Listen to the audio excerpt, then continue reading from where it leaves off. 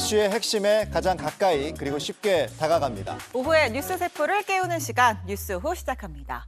대한노인회를 찾아 사과한 민주당 김은경 혁신위원장, 정신 차리라는 일침을 들었습니다. 전북 새만금에서 열리고 있는 세계 스카우트 잼버리 폭염 속에 온열 환자가 대거 발생했고 미숙한 대응까지 논란이 커지고 있습니다. 네, 뉴스 후 먼저 쇼츠 트랙부터 달리겠습니다.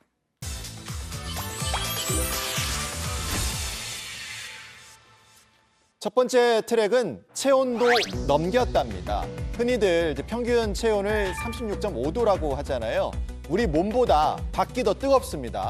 네. 강원도 강릉의 낮 최고 기온이 38.3도, 서울과 대전, 울산이 35도, 전주와 대구는 36도까지 올라갔습니다. 내일도 주말도 계속 덥습니다. 야외 현장에서 일하는 분들, 어르신, 아이들 특히나 조심하셔야겠고요. 햇볕이 가장 강한 오후 2시에서 5시 사이엔 되도록 집에 머무시길 바랍니다. 온열 환자 수는 그제 하루에만 89명이 늘어서 누적 1,300여 명에 달합니다. 이런 가운데 폭염 속에 실종됐던 90대 치매 노인이 인명구조견 태공이의 활약으로 무사히 발견됐다는 소식입니다. 찰과상을 입고 신발을 잃어버린 상태였지만 태공이 덕에 무사히 병원으로 이송됐습니다. 마지막으로 지금 새만금에서 열리는 세계 최대 규모의 청소년 야영 축제 잼버리 대회 얘기로 난리잖아요. 그렇죠. 네, 수백 명이 넘는 온열 환자가 발생하고 있고 이 폭염 대비 제대로 한 거 맞습니까? 그러게요. 조직위는 중증 환자는 없다 이런 말을 반복을 했는데요. 잠시 후 이슈 언박싱에서 다뤄보겠습니다. 두 번째 트랙, 목사의 두 얼굴입니다. 20년간 1,000명이 넘는 북한 주민의 탈북을 지원하면서 탈북 청소년의 아빠라고 불리던 목사가 있습니다. 나치로부터 유대인을 구한 쉰들러에 빗대서 아시아의 쉰들러라고도 불린 인물이죠. 자, 그런 그가 자신이 교장으로 있는 탈북 청소년 기숙학교 학생들을 성추행한 혐의로 경찰에 입건됐습니다. 기숙사에서 자고 있던 학생의 오단에 손을 넣는 등 추행을 저질렀고 이걸 목격한 자원봉사자가 피해자를 도와 고소하면서 사건이 수면 위로 떠오른 건데요. 경찰이 지금까지 파악한 피해자는 8명, 사건 당시 모두 미성년자였습니다. 목사는 고소 내용은 사실이 아니라면서 모든 혐의를 부인하고 있습니다. 경찰은 미국 행사를 앞둔 목사를 출국 금지시켰고 지난주에 학교를 압수수색해서 CCTV 자료 등을 확보했습니다. 네, 세 번째 트랙입니다. 인도 덮친 롤스로이스입니다. 어제 저녁 서울 강남구 압구정역 인근에서 초고가 외제차인 롤스로이스 한 대가 돌연 인도를 덮쳤습니다. 지나가던 20대 여성이 머리와 다리를 크게 다쳐 중태입니다. 차량은요 건물 외벽을 들이받고서야 멈췄습니다. 움푹 파여버린 벽이 당시 충격을 실감하게 하고요. 목격자에 따르면 운전자인 20대 남성은 계속 경찰에 저항하면서 횡설수설하다가 마지막에는 웃음까지 보이면서 연행이 됐다고 합니다. 자, 이 운전자 술을 마시진 않았습니다. 그런데 마약 구종 간이 검사에서 이른바 클럽용 마약으로 불리는 케타민 양성 반응이 나왔는데요. 운전자는 경찰에 조수석에 있는 담배를 꺼내려다가 사고가 났다. 케타민은 병원 치료받고 처방받은 것일 뿐이다. 주장했다고 합니다. 네 번째 트랙은 10대 아들 체포입니다. 오늘 새벽 서울 영등포 경찰서에 엄마가 흉기에 찔렸다는 딸의 다급한 신고가 접수됐습니다. 출동한 경찰은 만취 상태였던 10대 아들 A씨를 현행범으로 체포했습니다. 대학교 1학년생인 A씨는 술을 마시고 늦게 귀가했다며 훈계하는 어머니와 다툼을 벌이다 흉기를 휘두른 것으로 드러났습니다. 어머니는 병원으로 옮겨졌지만 끝내 숨졌습니다. 경찰은 정확한 사건 경위를 파악한 뒤에 A씨를 존속 살해 혐의로 구속영장 신청할 계획입니다. 자, 마지막 트랙입니다. 자금성도 잠겼다. 중국 베이징의 심장부 600년의 역사의 자금성이 물에 잠겼습니다. 베이징에 지난 닷새간 700mm가 넘는 물폭탄이 쏟아졌는데 140년 만에 최대 강우량을 기록했다고 합니다. 폭우로 철로가 무너지면서 승객 2,600명이 고립되는가 하면 중계탑이 쓰러지면서 통신이 두절되는 사태까지 벌어졌습니다. 피해가 가장 큰 허베이성 지역까지 합치면 이재민만 90만 명에 달합니다. 폭우와 폭염, 이번에는 미국인데요. 캘리포니아 남쪽 모하비 사막에서 발생한 산불이 서울 면적의 절반을 넘게 태우고도 아직도 확산 중입니다. 마치 재난 영화처럼 휘몰아치면서 다가오는 검은색 기둥, 불길이 회오리 바람을 타고 솟구치는 이른바 불 토네이도입니다. 예측할 수 없는 바람 탓에 불길을 잡는 데 어려움을 겪고 있습니다. 네, 전 세계가 기후위기로 비명을 지르는 요즘입니다. 지금까지 쇼츠트랙 달려봤습니다. 자, 그리고 오늘도 본방사수 인증샷 이벤트 있습니다. TV나 유튜브 온라인으로 본방사수 중인 모습을 인증샷으로 찍어서 보내주시면 추첨 통해서 매일 한 분께 영화표 2장 보내드립니다. 네, 지금 나가고 있는 뉴스 인스타그램 또는 이메일로 보내주시면 되고요. 발표는 매일 방송 마무리에 합니다. 지금 본방사수 중인 인증샷 찍어서 보내주시면 됩니다. 이제 원룸으로 가보겠습니다.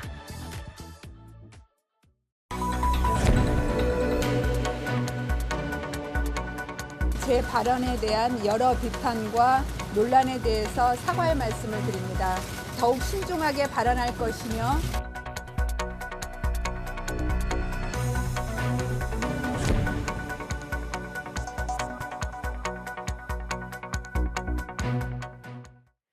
네, 5시엔 뉴스 후 오늘도 초록방 시내 원룸에서 정치권 이야기 해보겠습니다. 자, 매주 목요일 조금은 외로워 보이는 두 분을 모셨습니다. 아닌가요? 저는 김민아 평론가님 덕분에 외롭지가 않습니다. 아, 그래요? 네. 외롭습니다. 네. 아, 두 분이 의지하시는 게 아니고 여긴 외롭고. 아니, 대기실까지는 의지를 하셨잖아요. 신인규 변호사님은 네. 어디 뭐 대표도 맡고 그러시잖아요. 아, 저는 그런 것도 없고 잃을 것도 없고 네. 네. 막다른 곳에 몰려 있습니다. 프리랜서의 삶을. 네, 그래서 더더욱 외롭기 때문에 알겠습니다. 가끔은 신인규 변호사님 부럽습니다. 네. 제가 이 얘기를 한 거는 사실 뭐 보수, 진보 양쪽에서 또 워낙 쓴소리 많이 하셔서 좀 외롭다 이런 좋은 의미로 농담을 한 거였고요. 자, 두 분, 신인규 변호사, 김민아 시사평론가 모셨습니다. 자, 오늘 이번 주 내내 사실 이 주제를 다뤘어요. 나흘 만에 공식 사과가 나온 민주당 김은경 혁신위원장의 이야기입니다. 단계적 사과 제목을 이렇게 잡았는데 자, 일단 김은경 위원장 오늘 2번 사과를 했습니다. 아침 10시에 민주당 당사 앞에서 공식 사과하고 이어서 대한노인회 방문해서 다시 사과했는데 왜 그런 논란의 말을 했느냐라고 하니까 순수해서 그랬다라고 했습니다. 들어보시죠.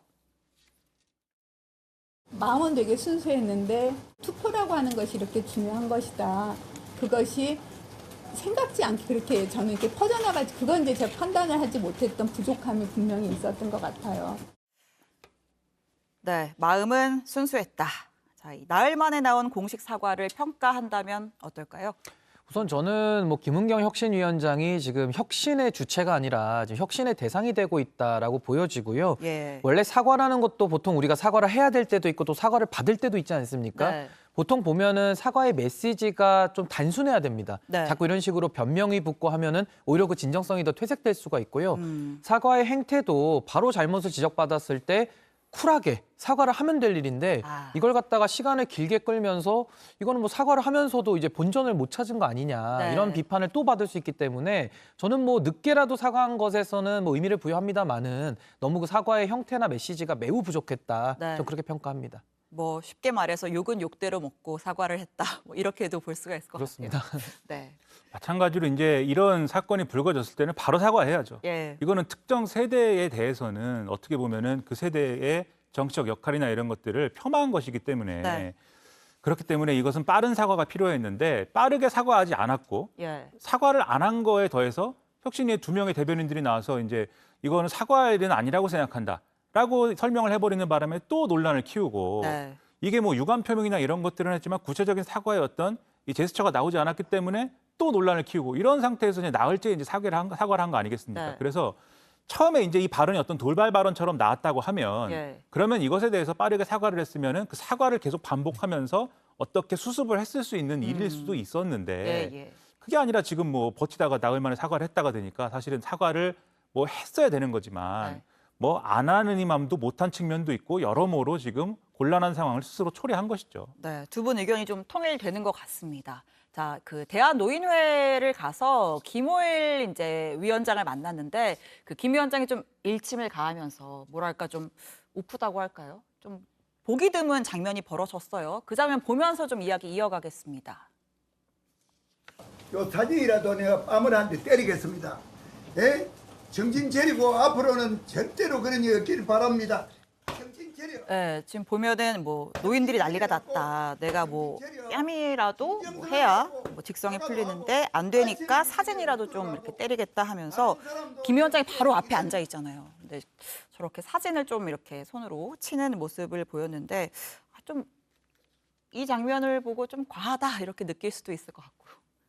그렇죠. 아무래도 이제 김은경 위원장은 뭐 여성이고 네. 사진을 때리긴 했습니다만 여성의 신체적인 어떤 위해를 가하는 방식의 어떤 그러한 응징을 연상시키기 때문에 이것도 이제 논란의 이제 여지가 있는 그러한 이제 행위이긴 하죠. 네. 다만 이제 다각적으로 볼 필요는 있는 것 같습니다. 왜냐하면 이 고령층 유권자들의 경우에는 그만큼 이제 지금 격앙돼 있는 거예요.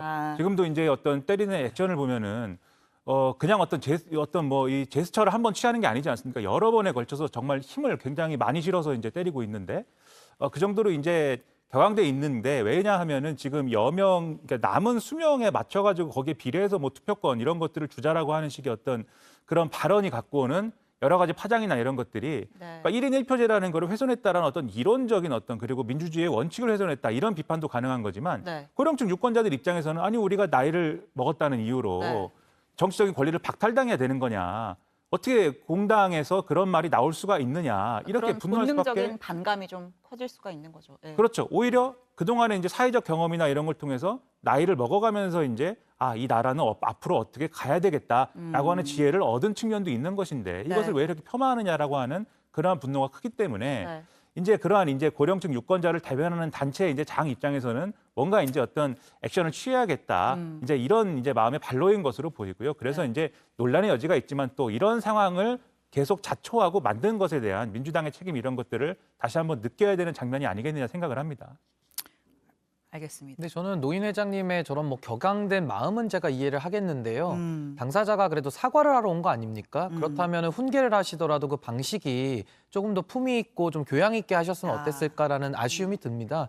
저렇게 당사자를 앞에 있는데 그걸 또 앉혀놓고서 뺨을 때리는 저런 퍼포먼스. 저거는 돌발 행동이 아니라 미리 준비해 온 거 아니겠습니까? 사진도 뽑아오셨기 때문에. 어제 그 양이원영 의원이 사과하러 갔을 때는 양이원영 의원의 명함을 이렇게 때리는 또 퍼포먼스를 저렇게 때리는 했어요. 퍼포먼스가 그렇게 좋아 보이지는 않고요. 오히려 더 엄중하게 무겁게 꾸짖어 주셨으면 더 효과가 있었지 않았을까 저렇게 생각합니다. 자, 두 분이 앞서도 지적했지만 이 논란이 더 커지게 된 거는 앞에 즉각적으로 사과를 한 게 아니라 혁신에서 처음에 사과할 일은 아니다 이렇게 입장을 밝혔던 게 또 영향을 있었을 것 같아요. 오늘 김 위원장이 사과 안 하려고 한 건 아니다 뭐 이런 입장을 밝혔는데 그 얘기도 좀 들어볼까요?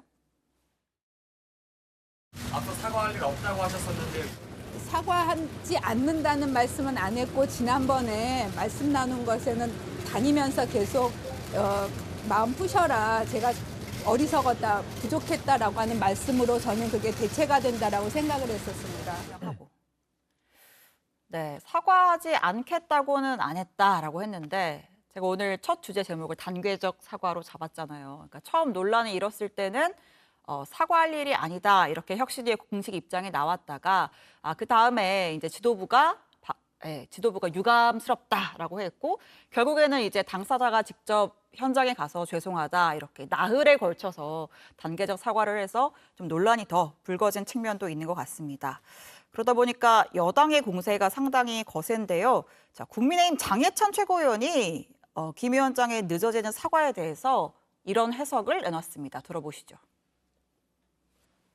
대학 교수하고 연봉 3억짜리 금감원 부원장하고 평생 대접만 받고 이제 남에게 고개 숙여본 적이 없는 분이기 때문에 이 정도 대형 사고를 치고도 본인이 다른 일정 다 취소하고 사과하러 가야 한다는 생각 자체를 못 하시는 거거든요. 네, 그러니까 민주당에서 이제 처음에 정치인이 아니라서 좀 말실수를 했다. 그리고 김은경 위원장 본인 스스로도 내가 철이 없었다. 순수해서 정치 언어를 잘 몰랐다. 이렇게 해명을 했습니다. 비전문가의 실수로 좀 정리를 하려는 분위기, 그런 해명 뭐 납득을 할 수가 있을까요? 근데 뭐 교수라서 뭐 철없이 지내고 정치 언어를 잘 모른다고 하시면은 혁신위원장 자리에 가시면 안 되죠. 본인의 그러면 그릇과 분수를 아셨어야 되는 것이고 저는 김은경 위원장이 사실 이번 발언을 통해서 사과를 안 함으로써 뭐 양이원영 의원도 두둔을 했고요. 또 사과할 일 아니라고 했는데 이걸 통해서 민주당이 과거에 노인 폄하 발언을 했던 것들이 다 소환이 돼버렸거든요. 그래서 사실은 노인 적대 정당이라는 것이 이번에 또 드러난 것은 상당히 민주당에는 뼈아픈 부분일 것이다. 오히려 도와주러 간 것이 아니라 오히려 민주당의 앞길을 지금 막고 있거든요. 그래서 저는 뭐 김은경 위원장이 이번에 그 실언에 대해서도 지금이라도 진지하게 뉘우치고 저는 그것이 그냥 뭐 사과할 일 아니었는데 오늘 사과했다. 지금도 말이 계속 바뀌지 않습니까? 네. 이런 식으로 말장난으로 나갈 것이 아니라 정말 민주당의 혁신위원장직을 본인이 더 수행할 능력이 있는지 아니면 당에 정말 도움이 되는지를 좀 진지하게 고민을 해보실 때가 되지 않았는가 그렇게 생각을 합니다. 그럼 뭐 한 발 더 나아가서 뭐 직을 좀 내려놓아야 한다까지. 그러니까 오늘도 뭐 혁신의 의지는 뭐 멈추지 않는다 이러면서 마치 네. 무슨 드라마 명대사 같은 걸 자꾸 하시는데 예. 그런 식으로 한다고 해서 권위가 생기지 않거든요. 그러니까 지금 본인이 혁신위원장으로서 당에 가장 뼈아픈 부분을 치면서 당을 환골탈퇴시킬 수 있을 만큼의 역량, 네. 그 의지, 능력이 없다면은 이런 식으로 실험만 하면서 사과에서도 자꾸 문제를 일으키는 네. 이런 태도로는 저는 혁신위원장에 맞지 않는다 그렇게 네. 생각합니다. 김 평론가님은 어떻게 보시나요? 이 문제의 본질이 뭔가를 잘 생각해 볼 필요가 있는데 네. 장해찬 최고위원이 말하는 것처럼 이분이 대학 교수 출신이고 연봉 3억을 받았기 때문에 남에게 사과를 안 하는 인생을 살아서 이렇게 된 거냐. 또 김은경 혁신위원장 본인이 얘기하는 것처럼 교수라서 철이 없어서 정치언어를 잘 몰라서 이렇게 된 거냐. 이게 본질적으로 그런 거냐 따져볼 필요가 있습니다. 그러니까 예를 들면 뭐 사과를 안 하고 연봉을 많이 받기로는 뭐 사실 검사 출신들도 마찬가지 아닙니까? 네. 근데 뭐 검사 출신 대통령도 있고 또 검사 출신 금감원장도 있고 여기저기에 있는데 그분들도 앞으로 그러면 이런 문제가 있어서 사과를 안 하는 건가요? 그런 문제가 아니라고 생각을 하고 예. 이게 어떤 사람이든지 간에 그 사람이 가지고 있는 어떤 특성 때문에 정치권에서 늘 무슨 사고가 일어납니다. 그러면 그 사고에 어떻게 대처하느냐가 중요한 거지 않습니까? 네. 앞서도 쭉 말씀드렸지만은 사과를 바로 하는 게 좋았다라고 드리는 말씀도 이 김은경 혁신위원장도 사람이기 때문에 잘못 말할 수 있단 말이에요. 예. 그런 걸 수습을 했어야 되는데 수습을 제대로 못했다는 지적을 지금 하고 있는 거거든요. 근데 수습이 왜 제대로 안 됐느냐?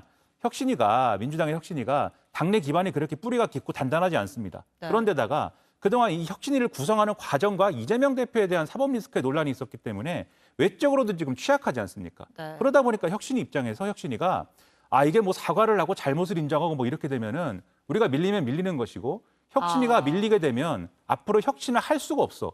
이렇게 생각하기 때문에 지금 사과를 바로 하지 않고 그 사과할 일이 아니다 이렇게 넘어가려고 했던 거 아니냐라는 의심을 갖고 있거든요, 저는. 예. 이 혁신위를 구성하고 있는 분들이 지금 뭐 본인이 얘기하는 것처럼 정치권 인사들이 아닙니다. 그중에 교수 출신도 있고 뭐 기자 출신도 있고 한데 외부 인사들이 많죠. 그렇죠. 예. 이분들이 뭐 신문에 칼럼도 쓰고 이런 분들이에요. 네. 훌륭한 분들인데 나름대로. 네. 그분들이 밖에서 신문에 칼럼 쓰고 이럴 때는 정치권에서 일어나는 사건들 그리고 정치인의 이상한 행위들에 대해서 굉장히 한심하다고 생각했을 겁니다. 근데 지금 정치권에 들어와 보니까 네. 실제로 혁신이라는 것을 맡아서 해보려고 하다 보니까 그 당내 질서라든가 정치 환경 때문에 그 한심한 정치인의 모습 그대로 지금 되는 거거든요.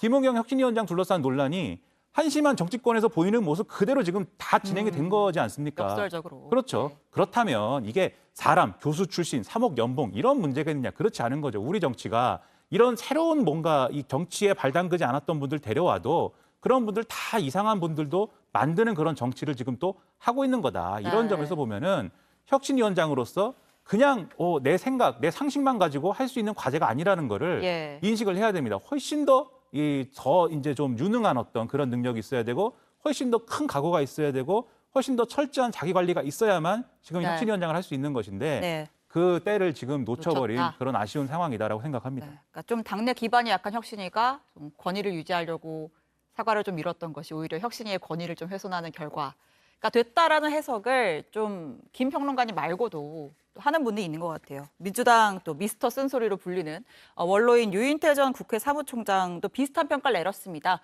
듣고 한번 이어가죠. 민주당 의원들 중에서 그리고 또 원로 의원들 중에서도 사퇴가 필요하다라고 혁신의 의지는 그대로 갑니다. 그게 무슨 놈의 혁신이가 되겠냐 이 말이에요. 처음부터 태생부터 한계가 있던 거 아니에요. 철도 없는 사람이 뭔 놈의 설문을 돌리고 계속 더 하려고 그래. 사퇴 안 하면 이제 권위가 서겠냐고. 좀 전에 신 변호사님이 조금 전에 스포일러를 좀 해주셨는데 이 영화 속 명언 같은 혁신을 이어갈 것이다라는 발언, 뭐 자리를 놓지 않겠다라는 뜻으로 해석할 수 있을 것 같은데 김 위원장의 속내가 어떨지 또 민주당 지도부도 속이 탈 것 같고요. 그렇죠. 지금 가장 난감해질 수밖에 없는 게 이재명 대표는 분명히 혁신위를 만들면서 혁신위에 정권을 실어주겠다. 네. 이렇게 얘기를 한 상황입니다. 네. 그런데 이게 대표의 권위만 갖고 해결이 안 되는 게 제가 영화 제목에 그런 제목이 있죠. 조금 뭐 여기 품위 있는 방송이니까 순화해서 제목을 말씀드리면은 예. 좋은 분, 나쁜 분, 이상한 분이라는 영화가 있습니다. 근데 혁신위원장이라는 큰 어떤 역할을 하려면 네. 굉장히 누가 봐도 좋은 분이어서 이분이 얘기하는 혁신은 우리가 따르지 않으면 안 돼. 그래서 딴 얘기를 우리가 할 수가 없어.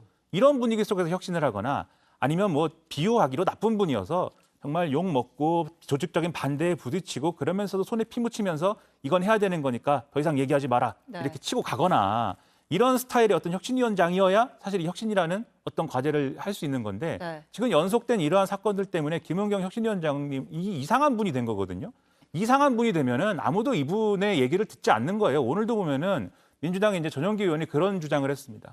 혁신위가 자기 정치하려다가 스텝 꼬여가지고 이 지경이 된 거 아니냐. 무슨 얘기냐면 이 발언이 나온 자리가 그 청년층 투표 독려하는 그런 자리였다는 거지 않습니까? 외부 행사에 가서. 그렇죠. 근데 혁신위원장은 당을 어떻게 혁신할 것이냐를 연구하고 그다음에 그것에 대한 이제 의견을 교환하는 그런 자리에 가서 있어야지. 청년층 투표 동료를 하는 자리에는 왜 갔냐? 그게 자기 정치 아니냐? 벌써 이런 얘기 나오는 거거든요.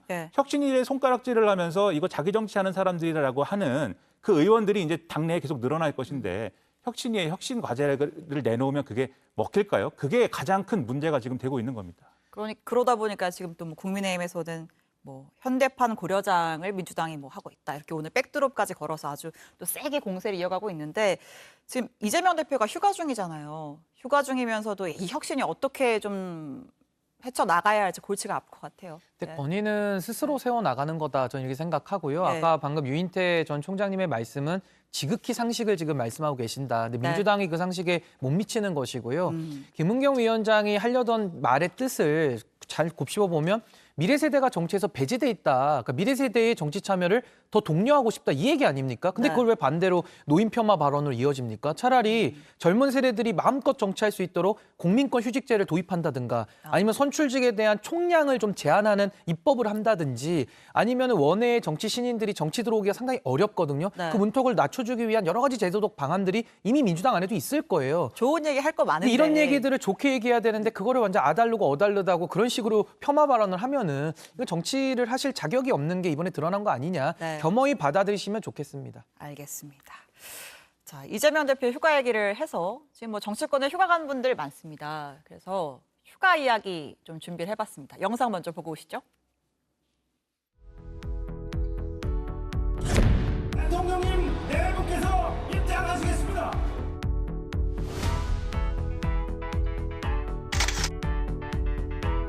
야외 활동의 설렘, 다른 학교 스카우트들과의 만남, 연합 캠핑 등은 아직도 제게 특별한 추억으로 남아 있습니다.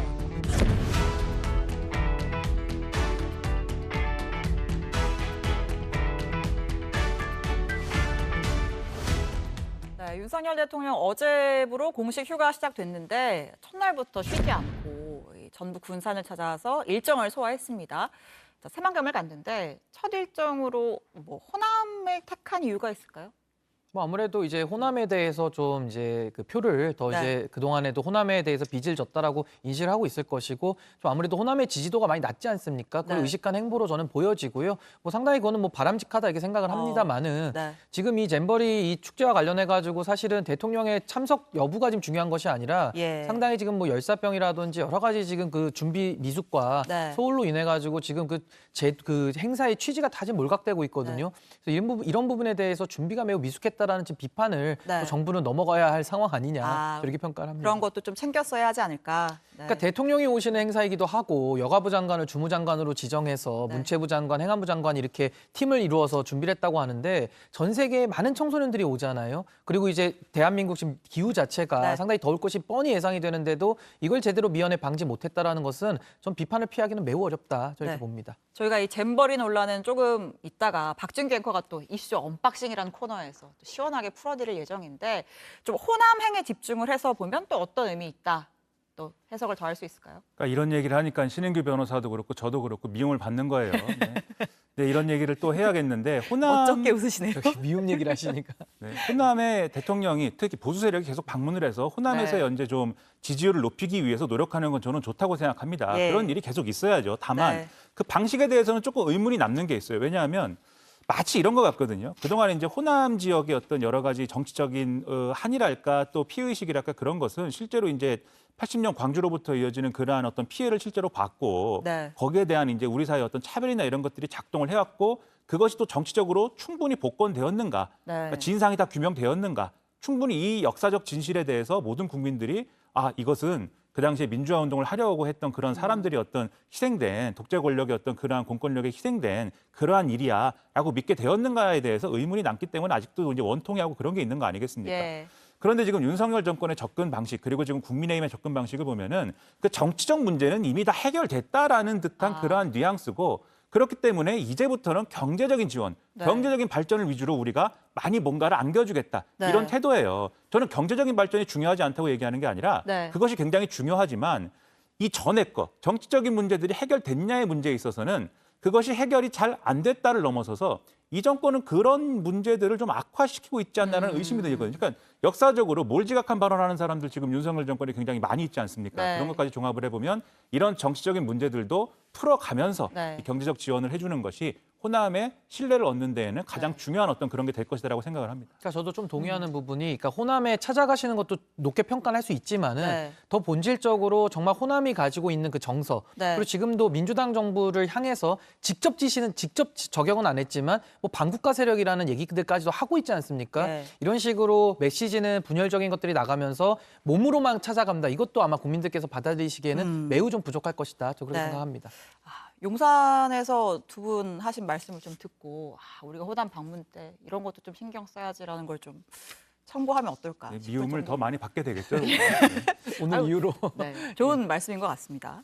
자, 이 전북에서 이 스카우트 잼버리 열리고 있는데 그 윤석열 대통령이 명예 총재잖아요. 이 스카우트. 그래서 단복을 김건희 여사와 함께 갖춰 입고 지금 보시면 저렇게 이렇게 삼각형 만들어가지고 들어오는 거를 장문례라고 하는 굉장히 의미 있는 예식이라고 의전이죠. 하더라고요. 예. 의전을 받고 환영사도 하고 개영식도 시켜보고 하는데 중요한 얘기는 아닙니다만 윤 대통령이 그 어린 시절에 또 스카우트 해가지고 스카우트의 진심이다라고 하면서 대선 시절에 그 어렸을 때 초등학교 시절 사진이 공개되기도 했잖아요. 저희도 준비를 했습니다만 50년 전 사진이더라고요. 찾아보니까. 네. 저 흑백 사진은 네. 진짜 이렇게 좀 옛날에 그 정치가 다 묻어나는 사진인 것 같습니다. 예. 신인기 변호사하고 인상이 좀 비슷한 측면들이 있는 것 같습니다. 젊을 때는 외모적으로요? 네, 부티나는 외모의 이러한 느낌인데 칭찬으로 알겠습니다. 네, 칭찬이죠. 네. 보이스카웃이라고 하면 저는 이제 슬픔이 많이 있어요. 왜냐하면 저 어렸을 때 초등학교 때 하고 싶었는데 네. 저것도 이제 조금 돈이 들어가거든요. 옷 맞춰야 되고 이런 것들. 부모님이 안 해주셔서 네. 창문 열면 초등학교 운동장 보이는데 야영하는 아이들을 보면서 울고 그랬습니다. 근데 저는 이제 이렇게 대통령이 이제 진심인 것도 잘 챙기는 게 중요하지만 네.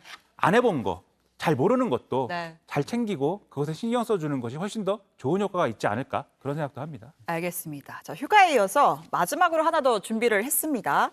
코너 속의 코너로 저희가 오후에 한 컷이라고 부르는데요. 자, 사진 준비됐을까요?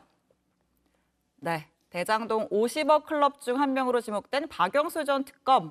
오늘 두 번째 구속영장 심사 지금 열리고 있는데 있는 그대로 내가 얘기하겠다라고 하면서 별 답변을 안 했어요. 근데 지금 들리는 얘기로는 망치로 휴대폰을 부쉈다라는 얘기가 있는데 이 변호사가 보기에 변호사로서 좀 전문적인 행동 아닙니까 이런 거? 근데 저 장면을 보면서 네. 저는 정의의 추락이라는 생각이 듭니다. 그러니까 박영수 특검이 사실은 박근혜 최순실 특검으로서 사실상 대한민국에서 그 정의를 세웠다라는 많은 칭찬과 칭송을 받았었고 당시 윤석열 대통령 한동훈 장관도 같이 일을 했었고요. 근데 저런 식으로 대장동부터 시작해서 수산업자들한테 뇌물 받은 거 여러 가지 예. 지금 겹쳐가지고 여기까지 왔는데 저는 저분이 평생을 검사로 사신 분 아닙니까? 네. 근데 증거를 인멸하는 그런 정말 그 파렴치한 범들이나 하는 거거든요. 네. 근데 그런 것까지 하시는 걸 보면서 저분에 대해서 영장실질심사에서 아마 밝혀질 겁니다. 그래서 아마 그 증거인멸로 여겨지면은 아마 구속영장이 좀 발부될 가능성이 매우 높아 보인다. 오히려 아니까 더 전문적으로 할 수 있는 그 거죠. 이제 저렇게 되면은 영장 발부를 안 할 수가 없죠. 저렇게 증거를 아예 인멸해 버리고 아예 복구가 안 되게끔 망치로 부셨다는 것들이 지금 보도로 나오고 있기 때문에 네. 이건 매우 심각한 저는 상황이다. 저렇게 봅니다. 그런데 원하는 바를 이룰 수 있을지도 저는 의문인 게 네. 변호사시지만 저는 IT 기기 많이 합니다. 그래서 예. 이제 이 휴대폰이라는 거는 굉장히 최첨단의 여러 가지 기술들이 들어가는 거잖아요. 지금 부셔야 될 것은 네. 이렇게 얘기하면 좀 부적절합니다만 데이터를 저장하는 공간입니다. 네. 근데 굉장히 작은 칩이거든요. 예. 그것이. 근데 망치로 두들긴다고 해서 그것이 파괴되느냐. 그럴 확률은 제가 볼 때는 크지 않기 때문에 저걸 부셔도 그것을 복구하면 네. 이 증거를 다 찾을 수가 있는 것이기 때문에 네. 이 박영수 특검이 오래전에 검사 생활을 마무리해서 그것을 몰랐는지 여러모로 효과는 없을 것 같다라는 생각입니다. 그러니까 목적을 달성할 수는 없을 것이다. 이렇게 그렇죠. 그게 정의의 실현 아니겠습니까 또? 네, 네. 알겠습니다. 오늘 두 분과 많은 이야기 나눴는데요. 감사드리고 다음 주에 또 만나겠습니다. 고맙습니다. 네, 감사합니다.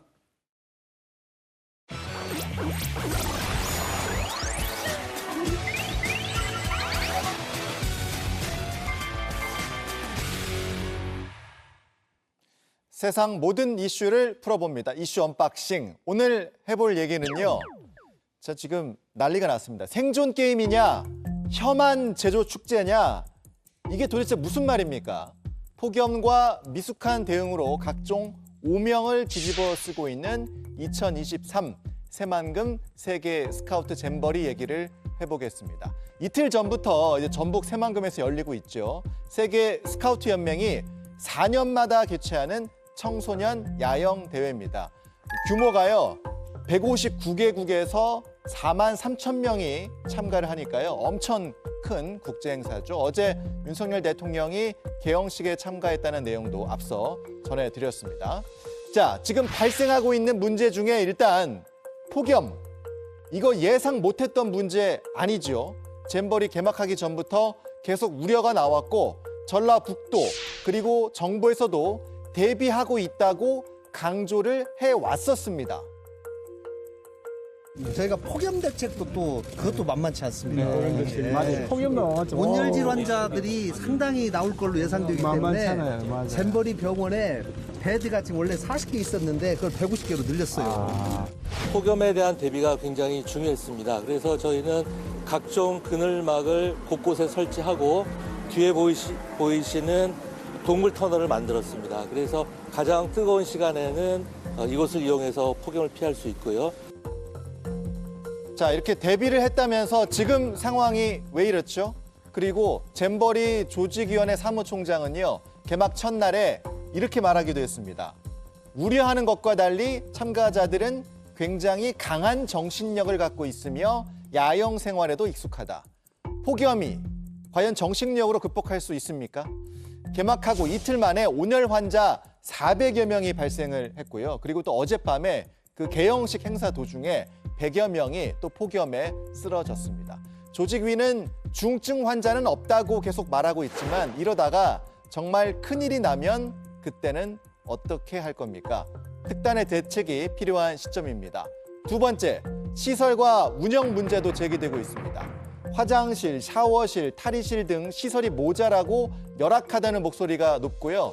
참가자들이 구운 계란을 받았는데 곰팡이가 나왔다는 보도까지 나왔습니다. 또 여기다가요, 잼버리 야영장 안에 마트가 있는데 줄을 너무 길게 서야 되고 비싸게 바가지 요금을 받는다는 논란까지 불거지고 있습니다. 상황이 이렇다 보니까 지금 잼버리 공식 소셜미디어에는 국내 학부모들뿐만 아니라 외국의 스카우트 대원의 부모들로 보이는 사람들까지 항의성 댓글을 남기고 있습니다. 이 중에 하나를 제가 가져왔는데요. 보시면 지금 잼버리에서 무슨 일이 벌어지고 있는 거냐. 내 딸이 거기에 있다. 모든 게 통제되지 않고 있고 음식도 없고 태양을 피할 방법도 없다. 혼돈 상황이다. 뭐라도 좀 해봐라. 자, 이번 잼버리 우리가 유치한 게요. 2017년입니다. 당시에는 이렇게 환호를 했습니다. 그리고 6년이 지난 지금은 국제적인 망신을 넘어서 안전사고 위험까지 빨간불이 켜져 있습니다. 오늘 이슈 언박싱은 여기까지고요. 그리고 본방사수 인증샷 이벤트 한 번 더 알려드립니다. 지금 TV나 유튜브로 뉴스 오후 보고 계신 모습을 인증샷으로 찍어서 보내주시면 추첨 통해서 영화 티켓 2장 보내드립니다. 인스타그램이나 이메일로 보내주시면 됩니다. 방송 끝날 때 당첨자 공개하겠습니다.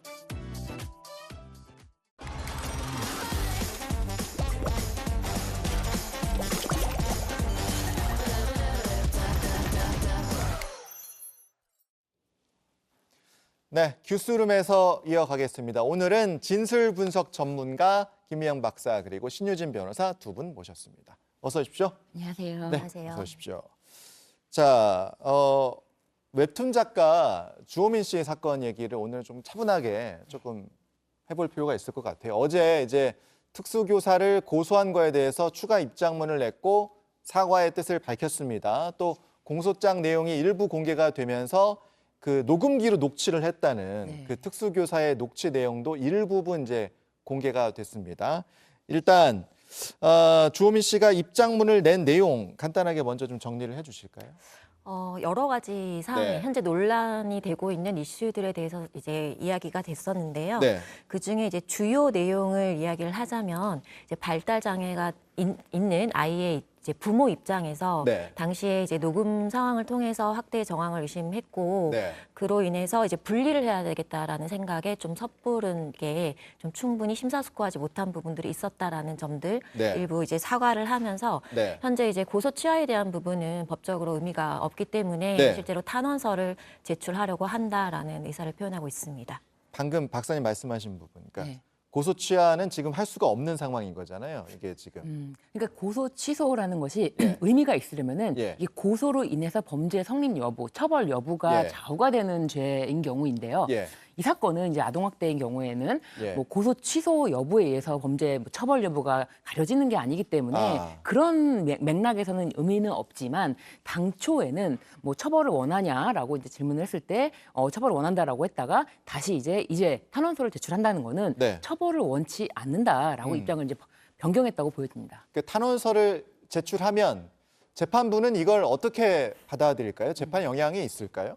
그러니까 일반적인 탄원서를 먼저 설명을 드리자면 예. 일단 만약에 무죄라고 판사가 결정을 한 경우에는 네. 탄원서라는 것이 아무런 의미가 없습니다. 아, 그런데 유죄라고 판단이 되는 경우에 예. 그 피해자 측의 탄원서는 양형에 굉장히 큰 영향을 미칩니다. 예. 그런데 이 사건은 이제 유죄 무죄에 대해서 아직까지 재판부의 판단이 남아 있는 상황이고 아직 뭐 판단을 내리지 않은 상황이죠. 그렇죠. 그래서 이제 무죄라고 볼 경우에는 마찬가지로 아무런 영향이 없을 것이고 만약에 재판부에서 일부 이 부분에 대해서 문제가 있다라고 인정을 한다 하더라도 예. 탄원서가 있다면 굉장히 큰 영향을 미칠 수 있습니다.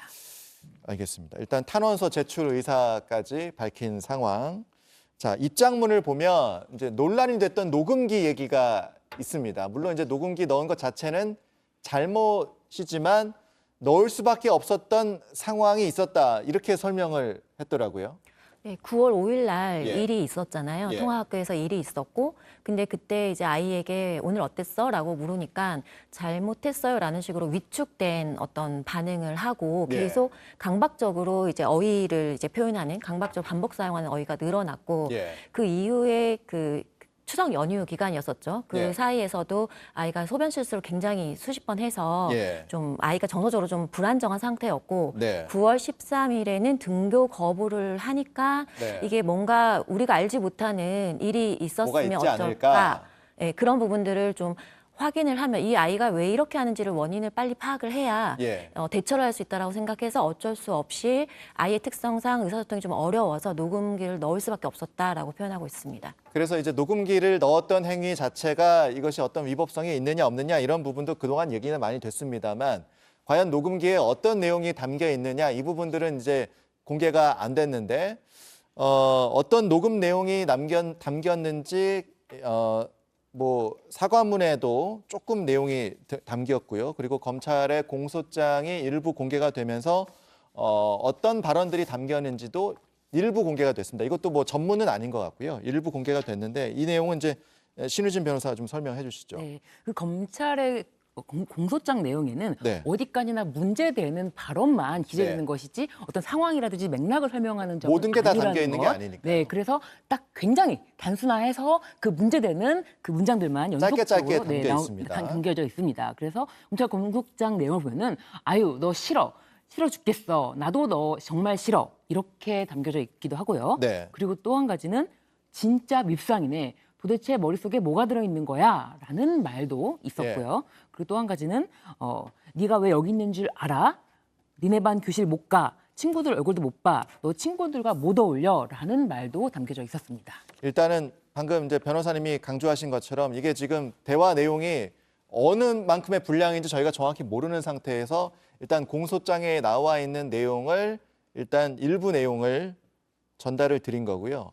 이 내용으로 이제 재판을 이제 청구를 한 거잖아요, 검찰에서는. 근데 일단 이제 특수교사 측에서도 이 내용이 아동학대가 아니다. 이 부분을 반박을 하고 있는 그런 상황이잖아요. 네네.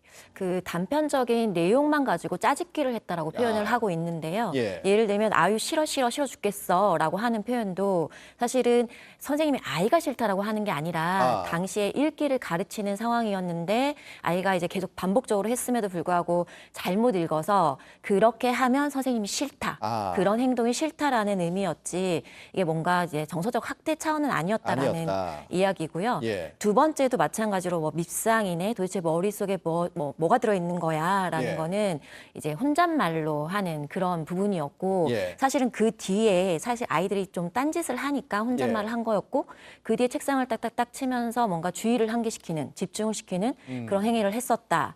이제 세 번째도 앞뒤 맥락이 생략돼 있다 네, 이런 지금 주장이군요. 두 번째, 세 번째에서 이제 공통적으로 이야기하고 있는 부분들이 맥락이 빠졌다라는 부분이거든요. 예. 이렇게 수업 시간에 뭐 이렇게 하는 주의 집중하는 과정에 그 이후 것들은 또 고려하지 않았던 점을 말을 하는 거고 네. 마지막에 너가 왜 여기에 있는 줄 알아? 네. 이런 부분들 그냥 말만 들어보면 너 교실 못 가. 이제 이렇게 표현하지만 왜 있는지 알아? 라고 하니까 아이가 거기에 내가 이런 행위를 해서요 라고 답변을 하고 너 네. 교실에 못 가? 네. 라는 이런 이제 상호작용이 있었다라는 거죠. 네. 이런 점들을 보면 이게 그냥 이게 답변 생략한 채 예. 교사의 일방적인 내용만 담기다 보니까 이게 그렇게 해석이 됐던 것이다. 사실 맥락을 고려하지 못했다라고 이야기를 하고 있습니다. 일단 이제 주호민 씨 측에서는 이 내용들을 들었을 때는 아동학대라고 판단을 해서 고소 고발을 했고 이것이 이제 검찰이 기소하면서 재판까지 오게 된 그런 과정인데 저는 조금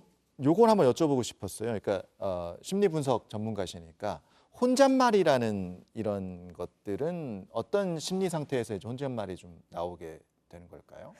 이게 선생님이 이게 예. 뭐 아주 짧은 시간 내에 그런 일이 있었던 것이 아니고 굉장히 장시간 동안 좀 사실 비교적 쉽지 않은 아이들한테 반복적인 훈련을 하는 과정이잖아요. 예. 그러다 보니까 자신도 모르게 약간 한숨 섞인 반응이라던가 이런 반응들이 사실 나올 수도 있는 거죠. 이게 좀 막 바람직하다 거기까지는 아니지만 그 전체적인 상황을 고려해야 된다는 거고 그런 말 이후에 다시 전환을 해서 아이들한테 계속 존댓말을 표현하면서 네. 뭐 이런 주의를 환기시키는 그런 행위들을 한 걸 볼 때 네. 이거를 뭐 학대했다라고 보기는 좀 어렵지 않냐라는 그런 취지의 입장입니다. 그게 이제 특수교사 측의 주장인 것이고.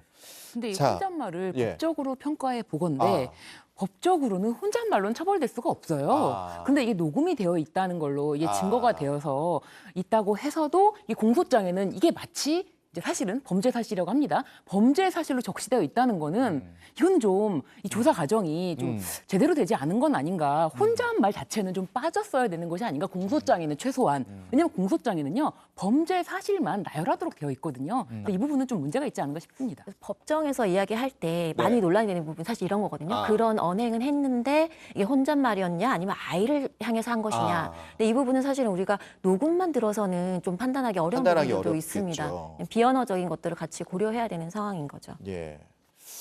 쉽지 않은 상황으로 보여요. 왜냐하면 지금도 보면 지금 시각차가 딱 뚜렷한 그런 상황으로 보이거든요. 그러니까 아동 학대냐 아니냐 이 발언들을 놓고 봤을 때 좀 단편적인 상황이어서 저희가 정보가 많지 않습니다만 굉장히 좀 대립하고 있는 그런 상황으로 보이긴 합니다. 네, 지금 이미 입장문을 발표했음에도 불구하고 여론이 매우 좋지 않고 누리꾼들 반응이 여전히 굉장히 차갑거든요. 그것이 지금 한편으로는 이 특수 아동을 훈육할 때 그 정도 언어를 못 쓰냐, 단호하게 해야 된다. 사실 이 이제 입장문에서 이 선생님에 대한 고소를 하기 전에 굉장히 이제 힘들었던 점이 가장 듣기 힘들었던 점이 선생님이 아이에게 부정적이고 단정적으로 너 못 가라고 하고 나도 너 싫어라고 감정적인 표현을 했다라고 하고 아이의 이름을 부르지 않고 야, 너 이렇게 했다라고 하는데 이런 것들이 과연 아동 학대로 처벌을 받아야 될 형사처벌을 받아서 절대로 학교로 복직할 수 없는 그런 상태로 되어야 하는가에 대한 고민, 진지한 고민이 있었느냐. 왜 선생님에 대해서는 면담을 해서 한 번은 이 상황이 어땠는지 단지 녹음으로만 들었을 때는 지금 말씀하신 것처럼 상황에 대한 이해도가 많이 떨어질 수밖에 없고 예. 아이를 통해서 충분히 설명을 들을 수도 없잖아요.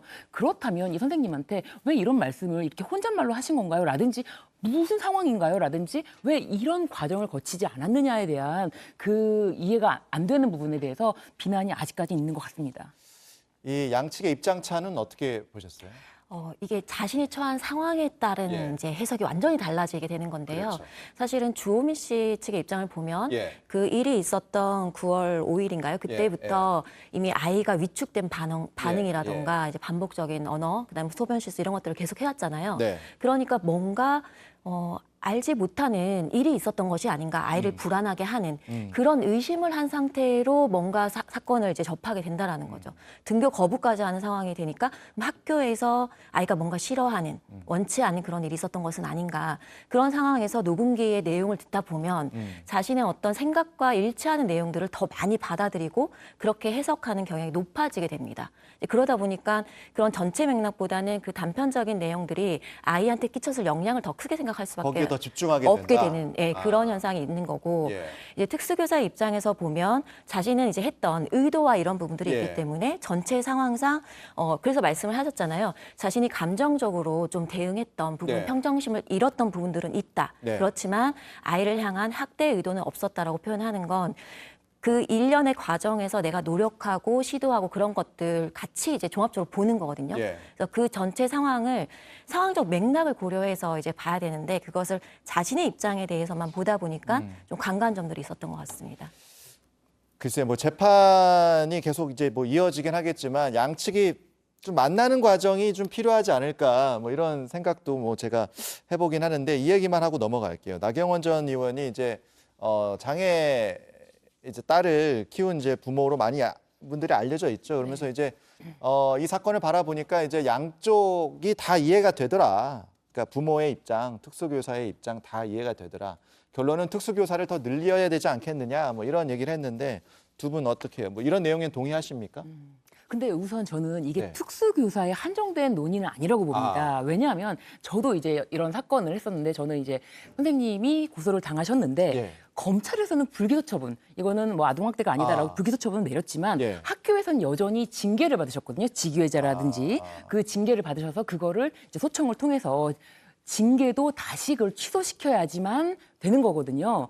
그런데 그 사건에서는 뭐 특수교사 이런 문제가 전혀 아니었습니다. 네. 그냥 평범한 그냥 선생님이었고 평범한 아이였는데도 네. 불구하고 학부모가 문제를 제기했을 때 예. 학교에서는 학부모 앞에서 선생님 편을 감히 들면은 아니 그럼 교장 선생님도 같이 함께 이제 묶어서 아니 아동학대를 우리가 지금 의심해서 신고를 하는데 아동학대 신고 의무자인 교장 선생님께서 오히려 선생님을 두둔하는 거냐라고 하면서 오히려 교장 선생님까지 같이 고소를 할 수가 있기 때문에 전혀 도와주지 못하고 중재를 하지 못하는 거예요. 그래서 한편으로는 학교에서도 그렇고 어떤 교육청에서도 마찬가지입니다. 이 선생님 문제가 이제 지목된 뭐 고소를 당했던 지목된 선생님에 대해서 그 누구도 대변해주지 않아요. 억울하면 재판까지 가서 무죄를 받고 와야지만 우리는 선생님 편을 들어줄 수밖에 없다 이런 입장인 거예요.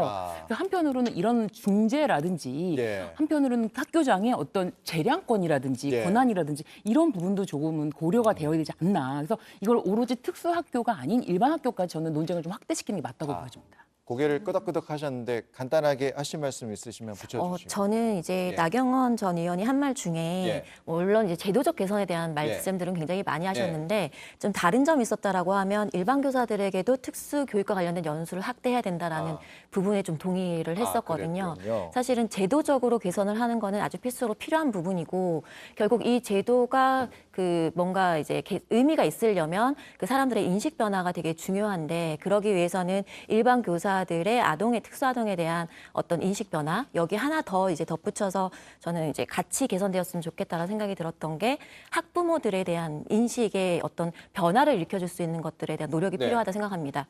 통합학급이라고 하면 우리가 비장애 아이들이 이제 장애 아이들을 같이 교육하면서 약간 피해를 본다. 네. 뭔가 양보해야 된다. 이런 사고를 많이 하게 되는데요. 사실은 우리 일반 학생들의 입장에서도 장애를 가진 아이들이랑 더불어서 사회를 살아가는 것을 배우고 그들의 아이들의 특성을 이해하는 것을 배우는 그런 사회 과정이기 때문에 그런 인식 그 과정이 단지 장애 아이들을 위한 것이 아니라 예. 일반적인 아이들도 같이 장애 아이들과 어울려서 살 수 있는 것들을 배우는 과정이다라는 것을 예. 학부모들도 이제 인식 변화를 같이 해서 예. 아이들도 함께 그런 것들을 느낄 수 있도록 하는 그런 것들도 좀 필요하다라고 생각이 듭니다. 알겠습니다. 우리 국민들이 다 이제 교육 전문가가 많이 돼 있어가지고 이런 부분들 좀 많이 좀 논의를 좀 해야 될 것 같아요. 네. 자, 두 번째 사건 얘기해 볼 텐데요. 이게 디스코 팡팡 사건이거든요. 이게 어이가 없습니다. 놀이기구가 아니라 범죄의 온상이었던 디스코 팡팡인데, 자, 오늘 총괄 업주를 경찰이 붙잡아서 이제 구속영장을 신청했습니다. 무슨 사건이죠? 이게 지금 디스코 팡팡에 예. 대해서도 무슨 디스코 팡팡이길래 범죄가 일어나냐, 거기 무슨 소굴인 거 아니냐? 재밌게 노는 디스코 팡팡 라고 아닙니까? 했는데 그것을 조금 좀 다른 시각에서 봐야 될 것 같아요. 예. 이 디스코 팡팡이라는 것이 굉장히 빠르게 돌아가면서 화려한 네. 조명이 나오고 최신 음악이 네. 막 나옵니다. 그렇기 때문에 10대들이 사실은 열광하는 좋아한다. 하나의 좋아하는 놀이 문화이고, 이 디스코 팡팡 자체를 이제 디스코 팡팡 예. DJ라고 하는데 진행자가 굉장히 또 인기가 많아요. 그런데 이렇게 이 디스코 팡팡 이 놀이 시설이 아니라 여기서 범죄 조직, 범죄 온상이 되는 일이 있었던 건데요. 너무 충격적입니다. DJ들이 그 10대 청소년들을 어떻게 보면 가스라이팅을 해서 네. 꿰어내서 뭐 금품을 갈취한다든가 네. 성매매를 강요하다든가 이런 네. 사건까지 벌어진 거잖아요. 네, 이게 굉장히 심각한데요. 예. 이 당초에는 이제 DJ 연습생이라는 사람 3명을 붙잡아서 조사를 하다 보니까 예. 이 조직이 예. 단지 누군가가 뭐 개인적인 일이 아니라 이게 조직 범죄라는 것이 드러나는데 네. 지금 현재 붙잡혔다는 이 A 씨는 총책. 예, 총책은 전국 11개 매장에서 매장이 11개나 있어요. 예, 전국 11개 근데 지금 매장. 이번에 그 문제가 된 매장은 이제 수원에 있던 매장이에요. 네, 그렇습니다. 근데 수원뿐만 아니라 화성, 부천, 뭐 서울, 영등포 등 예. 이렇게 전국 11개 매장에서 아마 이와 유사한 방식으로 운영하지 않았냐. 그래서 다른 매장으로도 지금 수사를 확대한다고 하는데, 예, 총 이제 25명을 붙잡아서 이 중에 12명을 구속한 굉장히 큰 사건입니다. 자, 이 업주가요. 그러니까 청소년들을 꼬셔와라 이렇게 이제 직원들한테 얘기하는 그런 음성이 있습니다. 잠깐 듣고 오겠습니다. 길바닥에 보이는 지금 초등학생부터 시작해가지고 순진하게 돌아다니니까 무조건 다 데리고 오라고요. 수단과 방법을 버리지 말고 최소한 발각장에서 진정을 해야 돼. 정신 바짝 차리고 해. 길바닥에 보이는 애들 싹 다 데려와서 최소한 800장, 1000장을 해야 된다. 그러니까 입장권을 애들한테 강매를 시켜서 팔아서 그걸 수익을 갖고 와라. 이런 얘기인 것 같아요. 네, 그렇습니다. 이게 도대체 이게 무슨 말도 안 되는 행동이냐라고 생각할 수 있겠지만 예. 이 DJ들이 이 청소년, 10대 청소년들의 그 팬심을 처음에는 이용했겠지만 아예 돈이 없다라고 할 수 있잖아요. 예. 돈이 없으면 그럼 외상으로 내가 돈을 빌려줄게. 외상으로 사가라고 한 다음에 돈을 갚지 못한 청소년들에게는 심지어 초등학생도 있었다고 하는데 예. 성매매까지 시킨 뒤에 그 대금을 가로챘다고 해요. 그 외상을 네. 받아내야 된다고 네. 하면서. 자, 이거는 박사님께 여쭤볼게요. 그 경찰 조사 과정에서 이런 경우도 있었대요. 그러니까 가스라이팅을 당하다 보니까 피해 청소년 일부가 우리 오빠 좋은 사람인데 왜 잡아가요? 그러면서 이제 피해 진술을 거부하기도 했다는 거예요. 그러니까 이거 이제 가스라이팅으로 볼 수 있는 거잖아요. 근데 이제 가스라이팅이 중요한 건 상호작용이거든요. 예. 예를 들어서 상황에 대한 조작이라던가 아니면 심리적 상태에 대한 조작을 통해서 예. 그 아이들이 그런 것들을 받아들였는지는 사실 이 자료만으로는 좀 알기가 어려운 부분들이 있고요. 또 의존성이라는 부분들이 있어서 약간 특성이 조금 다른 점은 이 아이들은 이미 그 변호사님께서 말씀하신 것처럼 그 DJ에 대한 팬심을 이용해서 호감을 갖고 있고 그들을 만나고 싶어하는 아이들을 대상으로 한 거거든요. 여기에 보면 뭐 VVI 이벤트라고 해서 그냥 이제 입장권을 구매하게만 한 게 아니라 그걸 상당 부분 많은 양을 구매하게 되면 이 DJ와 직접 개별적으로 만나게도 해주고 식사를 하게도 해주는 이런 손편지도 받게 해주고 이런 여러 가지의 옵션들을 제공을 하는 거거든요. 그러다 보니까 그 아이들의 네. 입장에서는 연예인 보러 가는 것처럼 내가 개인적으로 뭔가 만날 수 있는 기회가 있다. 이런 거에 아이들이 혹하게 되는 거죠. 이제 그래서 이제 또 돈이 없으니까 이제 살 수 없으면 이제 외상으로 해줄게. 사게 하고. 그렇죠. 사게 한 다음에는 넌 돈을 갚아야지. 이제 그러려면 뭔가 어떤 이렇게 해서 돈을 갚을 수 있어 하면서 그런 식으로 유인을 하는 겁니다. 그러니까 굉장히 악질적인 행태들인 거죠. 이게 전국에 매장 11개라고 했으니까 이 부분 수사를 좀 더 확대해야 될 것 같아요. 혹시라도 더 피해자가 있는지 살펴봐야겠습니다. 그 내용 나오면 또 다시 한번 얘기를 나눠보도록 하죠. 오늘 여기까지 듣겠습니다. 고맙습니다. 감사합니다. 감사합니다.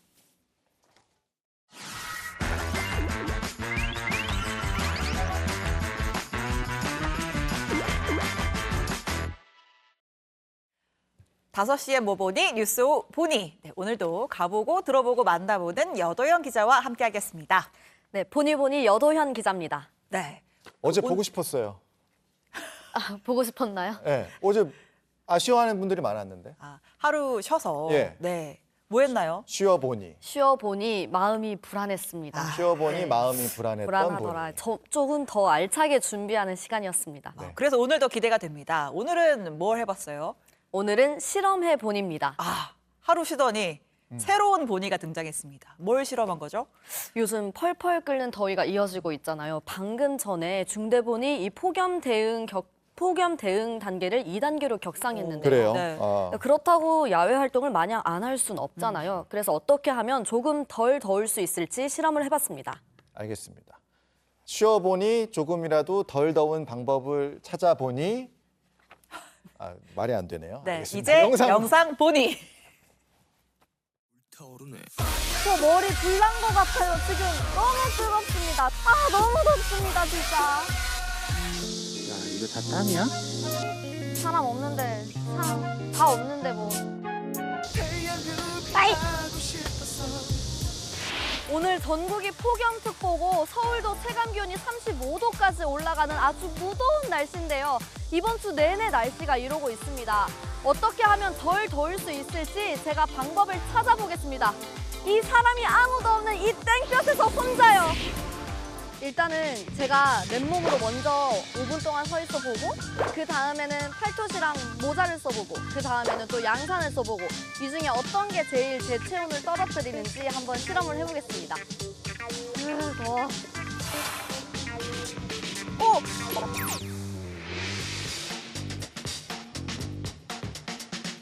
일단 머리가 제일 뜨겁네요. 이게 제가 아무것도 안 하고 있었을 때 체온입니다.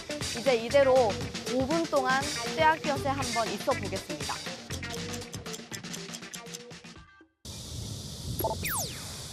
헉, 42도.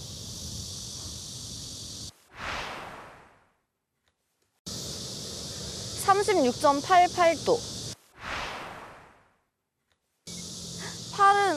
팔은 조금 올라갔나요? 아까 몇 도였죠?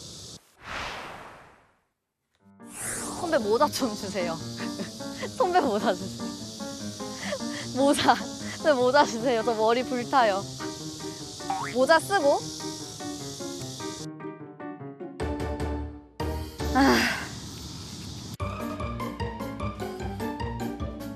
오, 확 시원한데요, 진짜? 이것 좀 체온 떨어질 것 같아요. 근데 진짜 시원하다.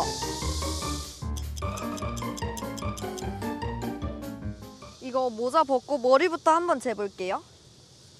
근데 떨어졌을 것 같아요. 아까보다 훨씬 저는 괜찮았어요. 38도!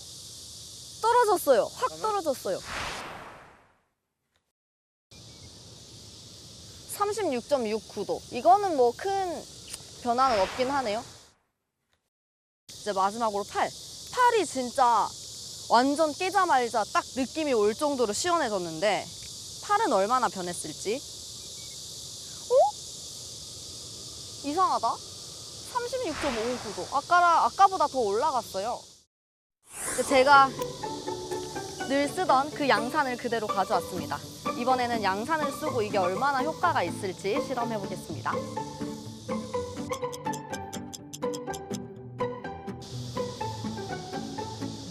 더 못합니다, 진짜. 머리 한번 재볼게요. 38.57도.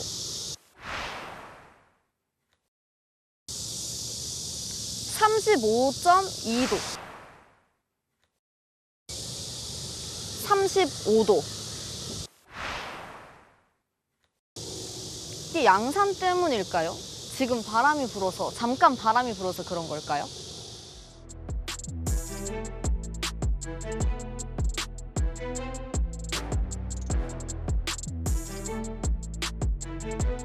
여기 오면서 커피집 봤거든요. 커피숍 가서 땡기고 끝내죠.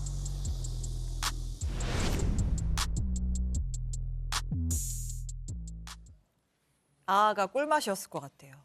땡볕에서 정말 고생을 했는데 네. 이게 실험실에서 완벽하게 통제하고 한 건 아니지만 좀 이렇게 전후를 보면서 효과들을 좀 이건 효과 있다 없다 볼 수가 있는 것 같네요. 네. 맞습니다. 이게 원래 엄청 정확하게 실험을 하려면요. 똑같이 한 20번을 해야 됩니다. 그래서 이 실험도 제가 한 번만 했는데 그럼 이 결과는 유의미한지 전문가에게 자문을 구해봤는데 이게 실제 효과랑 비슷하게 나와서 유의미한 결과라고 평가를 하더라고요. 네. 보시면은 모자를 쓰고 떨어진 온도가 양산을 썼을 때 그대로 유지가 됐잖아요. 실제로 양산의 경우에는 온도를 7도 낮추고 체감 온도는 10도를 낮추는 효과가 있다고 합니다. 제가 보면서 우리 엄마 양산 사드려야겠다 이런 생각. 그래서 양산 쓰시는 분들 굉장히 많아요. 젊은 분들도. 그러니까요. 예. 근데 단순히 좀 더웠다, 덥다 이거랑 진짜 쓰러질 정도다 온열 질환으로 분류될 수 있는 수준 이걸 좀 어떻게 구별을 할 수가 있는 거예요? 이게 처음에는 좀 모호하다고 합니다. 이게 단순히 엄청 덥다 이 느낌을 넘어서 이 메스껍고 토할 것 같은 느낌이 계속 들고 또 근육 경련이 생기거나 어지러운 증상이 나타난다고 합니다. 이럴 땐 바로 하던 일을 멈추고 그늘로 가서 물을 마시고요. 그리고 119에 전화해서 병원으로 꼭 가셔야 됩니다. 이게 제대로 응급조치를 제대로 받지 못하면 이게 만성 질환으로 나타날 수 있다고 합니다. 쿨토신은 어땠어요? 쿨토신 효과가 좀 있습니까? 이게 영상에서 온도로 크게 유의미한 변화가 없어 보이기는 하는데요. 사실 이게 체감 기온이잖아요. 쿨링감 이런 얘기 하잖아요. 맞습니다. 확실히 맨몸으로 있을 때보다는 바람이 좀 더 시원하게 느껴지는 건 있었습니다. 하지만 이런 용품들보다 더 중요한 건 이 수시로 물을 꼭 마셔주고 그늘에서 쉬어줘야 됩니다. 알겠습니다. 긴 더위가 이어질 텐데 정말 꿀팁 가득한 실험의 본이었습니다. 고생 많았습니다.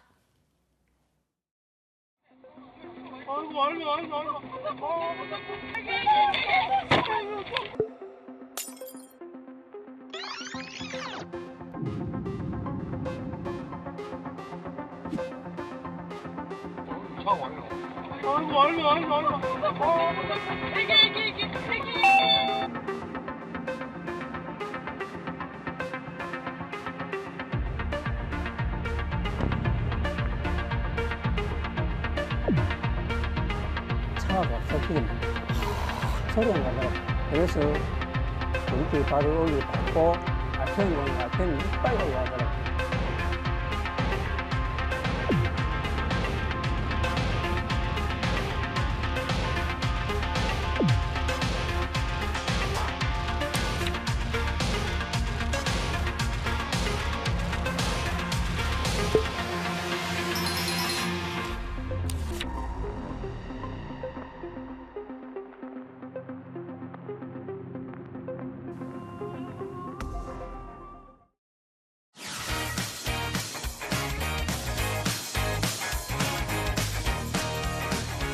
네, 뉴스 마지막 코너입니다. 온라인에서 가장 핫한 키워드 소개하는 코너입니다. 네. 너무 핫해서 물어봤습니다. 오후의 키워드, 오키. 네, 빅데이터 전문가 전민기 한국인사이트 연구소 팀장 나오셨습니다. 네, 반갑습니다. 전민기입니다. 네. 이게 웬 마스크죠? 오늘 첫 번째 키워드 때문입니다. 걸리셨어요? 안 걸렸어요. 첫 번째 키워드. 코로나군요. 맞습니다. 네. 코로나. 근데 마스크를 오랜만에 써보니 너무 답답합니다.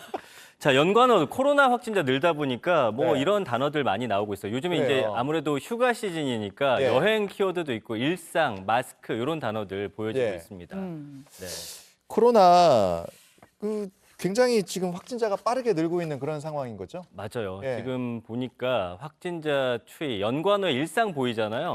사실상 엔데믹 된 지 이제 석 달 됐는데 근데 이제 7월부터 갑자기 확진자가 늘고 있습니다. 그렇더라고요. 하루 확진 2만 명이던 코로나 확진자가 어느새 2배가 되더니 지난달 29일에는 하루 확진자 5만 7,220명 나왔고 이제 6만 명 넘어설 거다 이런 예상까지 나오고 있습니다.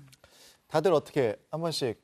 저 한 번 걸렸어요. 저도 한 번 걸렸어요. 저도 한 번 걸렸는데 두 번째 이제 감염되시는 분들도 요새 좀 있는 것 같고 지금 재감염 추정 비율이 한 40% 정도 된다 그러죠? 맞아요. 그래서 또 걸리다 보니까 예. 또로나라는 말이 유행을 또로나. 하고 있습니다.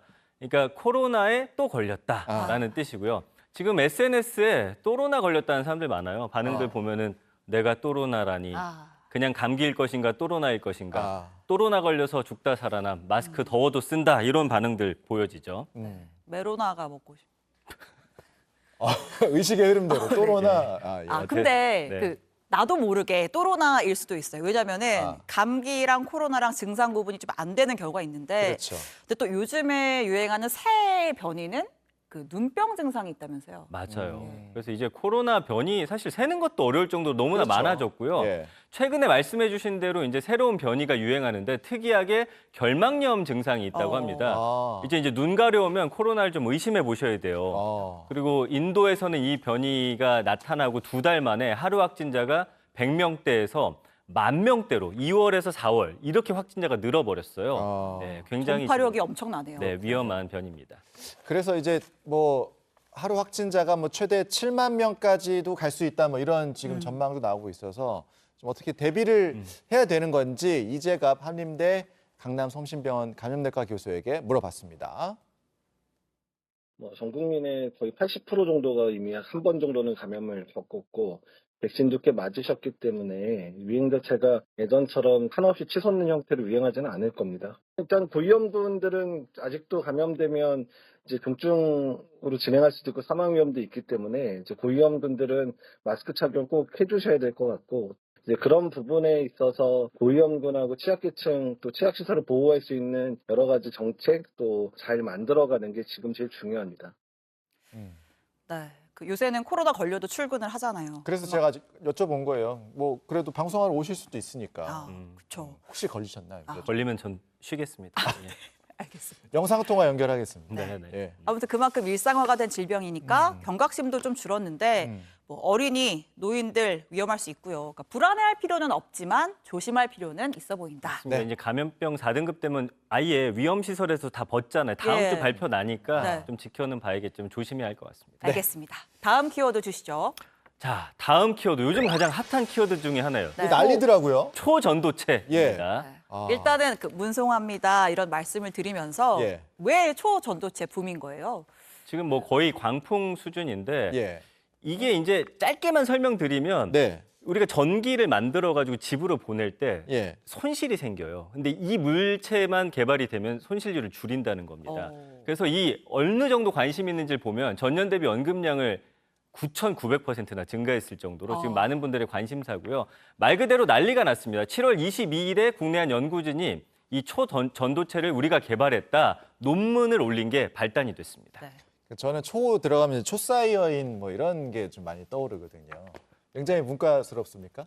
저도 이제 문과기 때문에. 저희 다 문과인데 예. 그래도 좀 공부해 오셨으니까 설명 한번 해주시죠. 좀 어려워요. 예. 그래서 이게 이제 다 이해할 생각하면 오늘 방송을 못 끝내니까 말 그대로 꿈의 물질입니다. 그래서 전기 저항이 없어서 전류를 흘려보내면 에너지 손실 없이 극한 효율로 전달할 수 있는 물질. 미국에서만 이 보내는데 4% 정도 손실되는데 그게 1년 동안 22조래요. 이것만 개발되면 그러니까 우리가 전기 보낼 때 손실 없이 보낼 수 있다. 그렇게만 생각하시면 될 것 같습니다. 좀 쉽게 생각을 해야죠. 근데 이제 그래도 뭔 말인지 모르겠다. 예. 영상을 보면 됩니다. 예.